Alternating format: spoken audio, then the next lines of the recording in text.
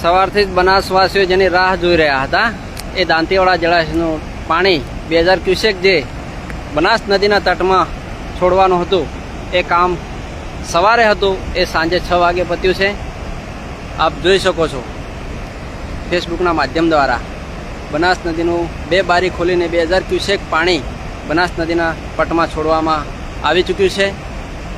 આપ સાંજના 6 વાગે ફેસબુકના માધ્યમથી આપ જોઈ શકો છો બનાસ તટનો નજારો. 2 બારી ખોલવામાં આવી છે, 2000 ક્યુસેક પાણી છે. તો બનાસ નદીના તટમાં પાણી વહેવા લાગ્યું છે અને આ બનાસ નદીનો તટ આપ જોઈ શકો છો વિડીયોના માધ્યમથી.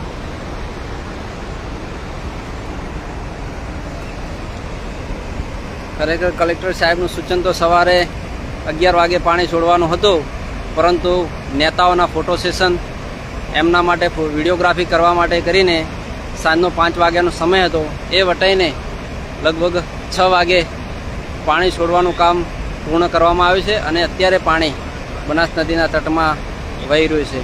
2000 ક્યુસેક લગભગ પાણી છે અને કલેક્ટરના પરિપત્ર અને સૂચન મુજબ 2000 ક્યુસેક બનાસ નદીના તટમાં પાણી છોડી દેવામાં આવ્યું છે અને આપ જોઈ શકો છો પાણી બનાસ નદીના તટમાં વહેવા લાગ્યું છે.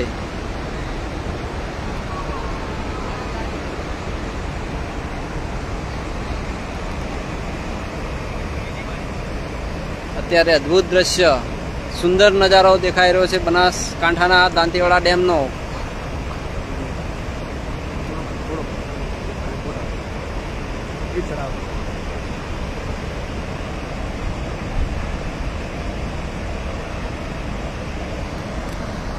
ખરેખર કલેક્ટર સાહેબે સવારે જ સૂચન કર્યું હતું ગઈકાલ સાંજે જ કે સવારે 11 વાગે પાણી બનાસ નદીના તટમાં 2000 ક્યુસેક છોડવામાં આવશે, પરંતુ કલેક્ટર સાહેબના સૂચનને કોઈ ધ્યાને નેતાઓએ ના લીધો. તેમના ફોટો સેશન માટે અને એમની એક્ટિવિટી કરીને સોશિયલ મીડિયાનું કામ કરવા માટે કરીને આજે સાંજે એ કામ 6 વાગે કરવામાં આવ્યું છે અને બનાસ નદીના તટમાં પાણી છોડી દેવામાં આવ્યું છે અને બનાસ નદીના તટમાં પાણી વહેવા લાગ્યું છે.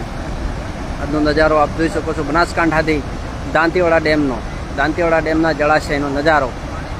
ખૂબ ખેડૂત મિત્રો માટે ખૂબ જ આનંદના સમાચાર છે.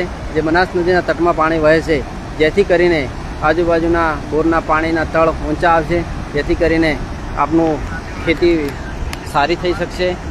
જેમ ઊંચા પાણી આવશે તેમ જમીનની ફળદ્રુપતા વધશે. જે જમીન બગડે છે ઊંડાણપૂર્વક પાણી આપવાથી જે ફળદ્રુપ રહેશે